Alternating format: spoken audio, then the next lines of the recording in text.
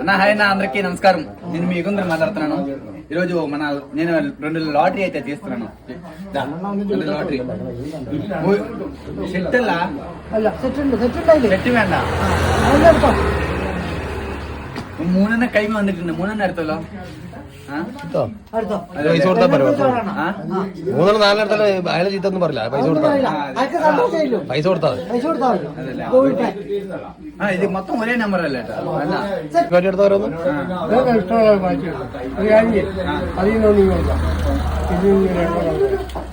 ഒന്ന് മതി.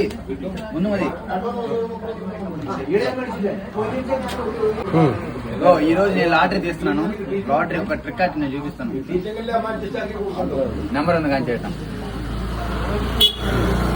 ఏమిచ్చిందా?